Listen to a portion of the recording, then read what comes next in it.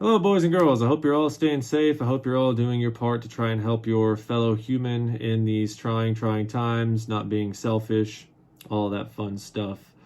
I think one huge form of selfishness that is not related to masking up or socially distancing or, not throwing your used masks and gloves on the ground is being a proponent of the idea of herd immunity to stop the spread of SARS-CoV-2, COVID-19, coronavirus, the Rona, however you know it, to try to stem the tide of it, to try to eradicate it. And even if you read news poorly, you probably know that it takes 70% infection of a population or 70% of the population having the requisite amount of antibodies to fight off whatever the disease is in order to successfully stave it off and return to life as normal, whatever the hell that means in your neck of the woods, whatever a normal life is for you. In Finland, where I live, population 5.5 million, that's the tune of 3.8 million people that have to get infected.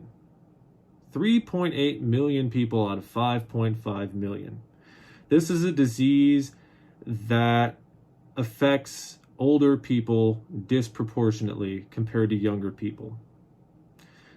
And Finland, is a country that is having a very hard time keeping their 55 and over population in the workforce instead of going on their Social Security or retiring.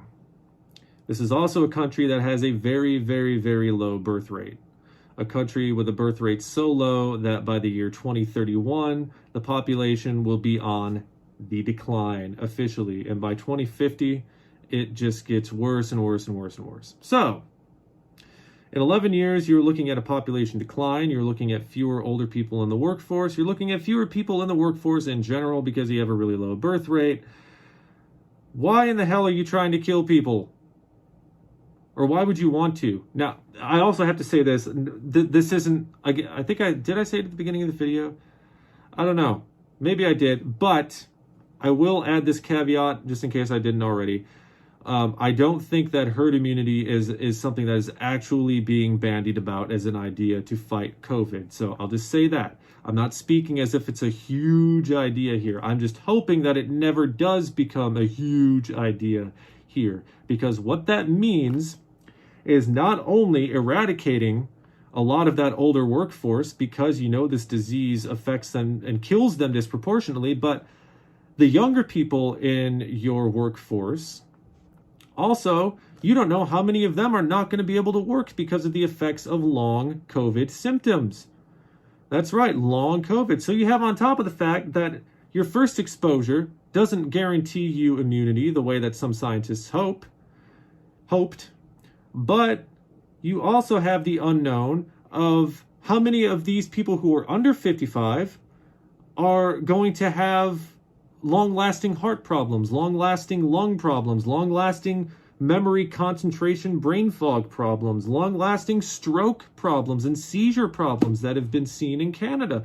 I was just reading the other day some studies going on in hospitals in Canada. These people were coming in with COVID-19 under the age of 40, having all these strokes under the age of 40. Son of a bitch. So there are still so many unknowns with this disease. It affects different people differently. Some people get it and they get over it and they move on. And then 2 months later, oh my God, I can't get out of bed. Every breath is a chore. Can't get up a flight of stairs. These stories are out there. They are real.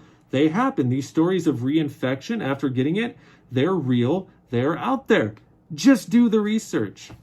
It makes zero sense other than to placate a very squirrely population who is sick and tired of being quarantined, a population who's sick and tired of not being able to go to the bar, things like that, a population who, a lot of people, and there are other reasons too, outside of people just wanting to have fun, like, people who lost their jobs as well. There are a lot of unemployed people.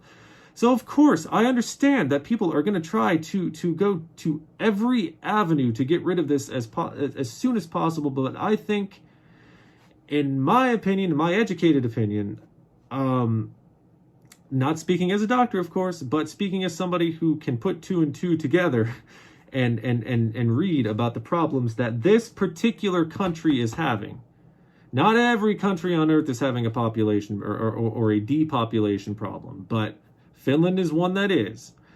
I think it is much better for us to continue to act responsibly, to continue to act selflessly, not selfishly, but selflessly, and to continue to make these small sacrifices like wearing a mask and keeping our distance from people and not throwing our tainted trash on the ground, to wait for a vaccination. And if a vaccination never comes, then we may have absolutely no choice but to all just roll the dice and take our chances. And yeah, that is a nightmare scenario for someone like me, who probably does have a condition that makes me more susceptible to fucking dying from this stuff. So, I think those things are definitely worth thinking about. In the short term, yes, you make people happy. In the long term, you fuck your economy up even worse than it's projected to look in the future. And then what are you going to have to do when you have people who either can't work because they're so crippled by COVID or because they're dead? Work-based migration, and that'll really please the nationalists, right? The people who want to keep as many immigrants out as possible, those people who I don't think should have any, personally, I don't think they should have a voice in any political conversation because they're usually racist and usually very mean people. But hey, it will also piss them off in the long term too, because you're going to have to get jobs and bodies to fill the jobs from somewhere. And until automation becomes more widespread, you're just going to have to deal with work-based migration as well. So that's something else governments need to keep in mind, since right-wing nationalism seems to be spreading at a really gross rate around the world.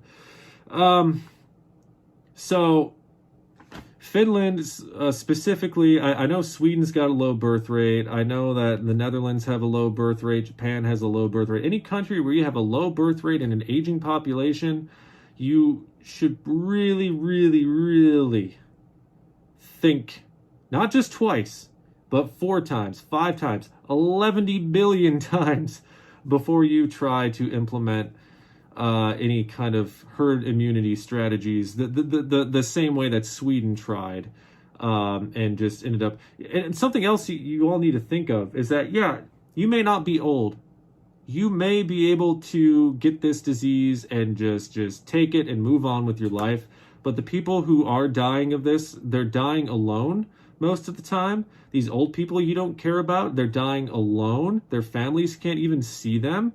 The only people that they have to comfort them are doctors and a shitload of PPE. It's so sad to think about. And if it doesn't sadden you to think about your own grandmother dying alone in a fucking desolate hospital somewhere, I don't know if you have the required amount of empathy to even be in this discussion to begin with. It's really sad to think about, and it could be any one of us. It could be any fucking one of us. So on top of maintaining the status quo, the quarantines and the lockdowns and all of that stuff, I think it is imperative upon all of us to think about others and to just put yourself in that position. Put yourself in that hotel room. Hotel room? Oh my God! Put yourself in that hospital room. Put yourself inside that bubble. Put yourself in that area of isolation where every breath is a chore. Every breath is a screaming fucking nightmare. Your heart is pounding. You can't think. And you're completely fucking alone.